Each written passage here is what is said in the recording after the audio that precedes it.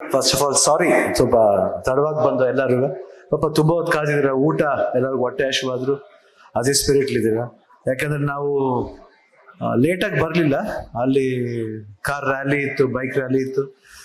ಜನಗಳು ಸ್ವಲ್ಪ ದೂರ ಹೋಗೋರು ಬೇಕಂತ ನಿಲ್ಸೋರು, ಬೈಕ್ ನಿಲ್ಸ್ಕೊಂಡು ಹಂಗೇನೆ ಸ್ವಲ್ಪ ನಮ್ಮನ್ನು ಆಟ ಆಡಿಸ್ತಾ ಹಂಗೆ ಜಾಲಿಯಾಗಿ ಮಾತಾಡ್ಕೊಂಡು ಬೇಜಾರು ಮಾಡಿಸ್ತಾ ಅವಾಗ ಸ್ವಲ್ಪ ರೇಗ್ಕೊಂಡು, ಅದು ನಮಗೂ ಒಬ್ಬ ಅಭಿಮಾನಿಗಳಿಗೆ ಇರೋ ಒಂದು ಸಂಬಂಧ ಅದು. ಯಾಕಂದ್ರೆ ಅವ್ರಿಗೆ ಗೊತ್ತು ಶಿವಣ್ಣ ಹೆಂಗ್ ಆಡ್ತಾನೆ ಅಂತ. ಅದು ಪ್ರೀತಿ ವಿಶ್ವಾಸ ಅದು.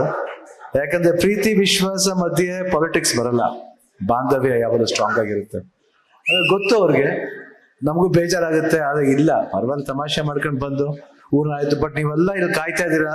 ಆಮೇಲೆ ಪಾಪ ಯಾರೋ ಈ ಮೀಡಿಯಾದವ್ರು ಸ್ವಲ್ಪ ಕೇಳಿದ್ರು, ಬೈಟ್ಸ್ ಕೇಳಿದ್ರು, ಸಾರಿ ಸರ್ ಸ್ವಲ್ಪ ಟೈಮ್ ಆಗ್ಬಿಡ್ತು ಹೋಗ್ಬೇಕು, ಎಲ್ಲರೂ ಕಾಯ್ತಾ ಇದಾರೆ ಅವಾಗಿಂದ, ಟೈಮ್ ಆಗೋಯ್ತು ಅಂತ. ಅವ್ರಿಗೂ ಸಾರಿ, ನೀನು ಬೇಜಾರು ಮಾಡ್ಕೋಬೇಡಿ. ಇಲ್ಲಾಂದ್ರೆ ಯಾವ ಮೀಡಿಯಾದವ್ರಿಗೂ ನಾನು ಹಂಗೆ ಆನ್ಸರ್ ಮಾಡದೆ ಹೋಗಲ್ಲ.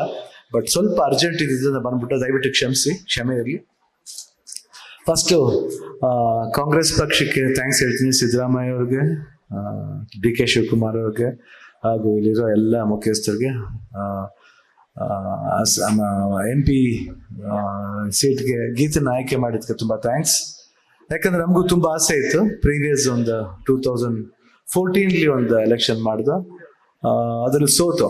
ಪರವಾಗಿಲ್ಲ, ಯಾಕಂದ್ರೆ ಮನುಷ್ಯರಲ್ಲಿ ಸೋಲು ಗೆಲುವು ಸಹಜ. ಯಾಕಂದ್ರೆ ಸೋತ ಮೇಲೆ ಮನುಷ್ಯ ಎದ್ದೇಳೋದು ಯಾವಾಗಲೂ. ಯಾಕಂದ್ರೆ ಸೋಲು ಅನ್ನೋದು ಬರೀ ಒಂದು ಡಿಪಾರ್ಟ್ಮೆಂಟ್ ಇರಲ್ಲ, ವರ್ಲ್ಡ್ ಏನೇನು ಕಾಂಪಿಟೇಷನ್ಸ್ ಅಂತ ಬರುತ್ತೋ, ಅಥ್ಲೆಟಿಕ್ಸ್ ಇರ್ಬೋದು, ರೇಸ್ ಇರ್ಬೋದು, ಒಬ್ರು ಕಾಂಪಿಟೇಟರ್ ಇರಲೇಬೇಕು, ಅವ್ರ ಅಗೇನ್ಸ್ಟ್ ಆಗಿ ನಾವು ಹೋಗ್ಲೇಬೇಕು, ಗೆಲ್ಲೇಬೇಕು, ಇಲ್ಲ ಸೋಲ್ಲೇಬೇಕು. ಯಾಕಂದ್ರೆ ಒಬ್ಬ ಸೋತಾಗಲೇ ಒಬ್ಬ ಗೆಲ್ಲೋದಕ್ಕಾಗೋದು. ಸೊ ಪರವಾಗಿಲ್ಲ, ಒಂದು ಎಕ್ಸ್ಪೀರಿಯನ್ಸ್ ಆಯ್ತು, ಚೆನ್ನಾಗಿತ್ತು. ಅವಾಗ ನಮ್ಗೆ ಗೊತ್ತಾಯ್ತು ಎಷ್ಟು ಕಷ್ಟ ಇದೆ. ಬಂದು ಇವರೆಲ್ಲ ಹೆಂಗ್ ಮಾಡ್ತಾರೆ, ಮಧು ಎಲ್ಲ ಪಾಪ ಅಷ್ಟು ಕಷ್ಟಪಟ್ಕೊಂಡು ಬೇರೆ ಗೋಪಾಲ್ ಕೃಷ್ಣ ಬಂದು ಭಾಷಣ ಮಾಡೋದು, ಇದು ಮಾಡ್ತೀವಿ ಅದು ಮಾಡ್ತೀವಿ ಅಂತ ಕಿರ್ಚೋದು, ಪಾಪ ಜನಗಳ ಜೊತೆ ಎಲ್ಲ ಅವ್ರ ಪ್ರಕಾರ ನಾವು ಹೋಗೋದು, ಅವ್ರ ಮನೆ ಕರೆದ ಊಟಕ್ಕೆ ಹೋಗೋದು, ಟೀ ಕುಡಿಯೋದು ಎಲ್ಲ ಇದೆ. ಒಂಥರ ಅದ್ರಲ್ಲಿ ಒಂದು ಬಾಂಧವ್ಯ ಬೆಳೆಯುತ್ತೆ. ನಮ್ಗೆ ಬೇಜಾರಾದ್ರು ಪಾಪ ಇನ್ನೊಬ್ರ ಮನೆಗೆ ಹೋಗಿ ತಿಂದಾಗ ಅವ್ರಿಗೆ ಹಬ್ಬ, ಶಿವರಾಜ್ ಕುಮಾರ್ ಬಂದ್ರು ಮನೆಗೆ, ಮಧು ಅವ್ರು ಬಂದ್ರು ಮನೆಗೆ, ಗೀತಾ ಅವ್ರು ಬಂದ್ರು ಮನೆಗೆ, ನಮ್ಮ ಮನೇಲಿ ಊಟ ಮಾಡಿದ್ರು, ನೀರು ಕುಡಿದ್ರು ಸಾಕು. ಅದೇ ಪ್ರೀತಿ. ಪೊಲಿಟಿಕ್ಸ್ ಇನ್ನೇನಿಲ್ಲ, ಇದು ಮಾಡ್ತಾ ಕೆಲ್ಸಗಳು ಮಾಡ್ತಾ ಇದ್ರೆ ಅದೇ ಕೆಲಸ, ಇನ್ನೇನಿಲ್ಲ.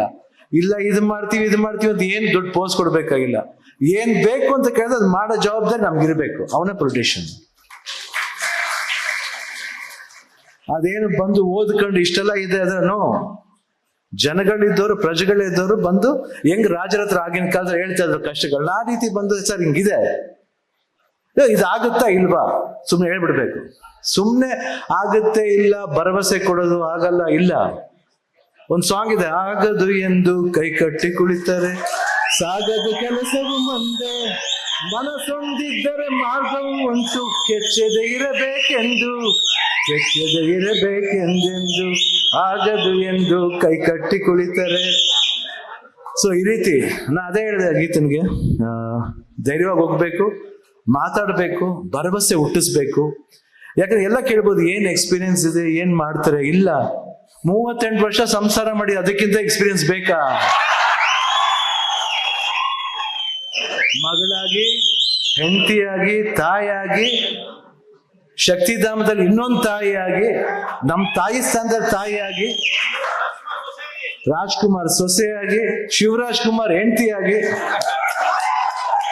ಯಾಕಂದ್ರೆ ನನ್ ಕಂಟ್ರೋಲ್ ಮಾಡೋದು ಬಹಳ ಕಷ್ಟ, ಅದೊಂದು ಅವ್ರ ಕೆಲಸ ಸಾಧ್ಯ ಅದು. ಸೊ ಅದೆಲ್ಲ ತಾಳ್ಕೊಂಡು ಮಾಡ್ತಾರೆ ಅಂದ್ರೆ ಇದಕ್ಕಿಂತ ಇನ್ನೇನ್ ಬೇಕು ಎಕ್ಸ್ಪೀರಿಯನ್ಸ್. ಲೈಫೇ ಒಂದು ಎಕ್ಸ್ಪೀರಿಯನ್ಸ್. ತಾಳಿದ್ದಾರೆ 58 ವರ್ಷ 59 ವರ್ಷ, ಅವ್ರಿಗೆ ಗೊತ್ತು, ಜೀವನದ ಸಾಕಷ್ಟು ನೋಡಿದ್ದಾರೆ. 38 ವರ್ಷ ನಾವು ಮದುವೆ ಆಗಿ ಇವತ್ತು ಸ್ಟ್ರಾಂಗ್ ಆಗಿದ್ದೀವಿ ಅಂದ್ರೆ ಅದೇ ಗುರು ಬಾಂಡ್. ಯಾವಾಗ ಒಂದು ಫ್ಯಾಮಿಲಿಲಿ ಅಷ್ಟು ಸ್ಟ್ರಾಂಗ್ ಆಗಿರ್ತಾರೆ ಒಂದು lady, she will be the perfect woman for anything to serve in the society. ಅವ್ರಿಗೆ ತಾಕತ್ ಇರುತ್ತೆ. ಯಾಕಂದ್ರೆ ಭೂಮಿ ತಾಯಿ ಹೆಣ್ಣಿಗೆ ಹೋಲಿಸ್ತೀವಿ, ಇಡೀ ಭೂಮಿ ತಾಯಿ ನಮ್ಮ ಎಲ್ಲಾರ ಭಾರನೂ ಹೊರ್ತಾಳೆ.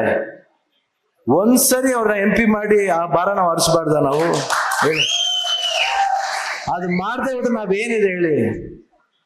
ಹೆಣ್ಮಕ್ಳು ಅಷ್ಟು ಎಲ್ಲ ಸ್ಯಾಕ್ರಿಫೈಸ್ ಮಾಡ್ತಾರೆ. ಇದು ಎಲ್ಲ ಹೆಣ್ಮಕ್ಳು ಸೇರ್ಬೇಕಿದು. ಅವ್ರು ಏನ್ ಕೆಲಸ ಮಾಡಲ್ಲ ಹೇಳಿ? ಬರೀ ಅಡುಗೆ ಮಾಡೋದಷ್ಟು ಈಸಿ ಅಲ್ಲ ಸರ್.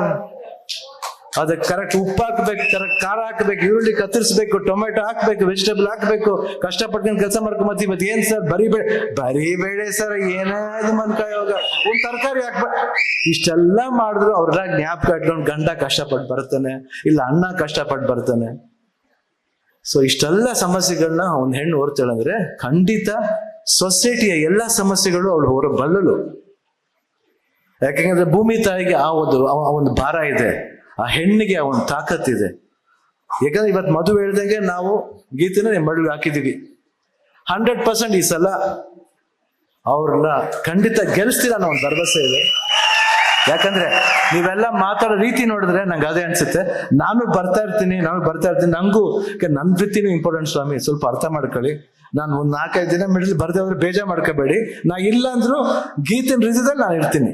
ಸೊ ಅವ್ರು ಮಾತಾಡೋದ್ರಲ್ಲಿ ನಾನು ಇರ್ತೀನಿ, ಬೇರೆಯವ್ರ ಇದ್ರಲ್ಲಿ ನಾನು ಇರ್ತೀನಿ ಆ ಮಾತು. ಬಟ್ ನಾನು ಆದಷ್ಟು ಬೇಗ ಎಲ್ಲ ಟೈಮ್ಲು ಇರ್ತೀನಿ ಅವ್ರ ಜೊತೆಲಿ, ಎಲ್ಲ ಊರಿಗೂ ಬರ್ತೀನಿ. ಇದು ನನ್ನ ಪ್ರಾಮಿಸ್.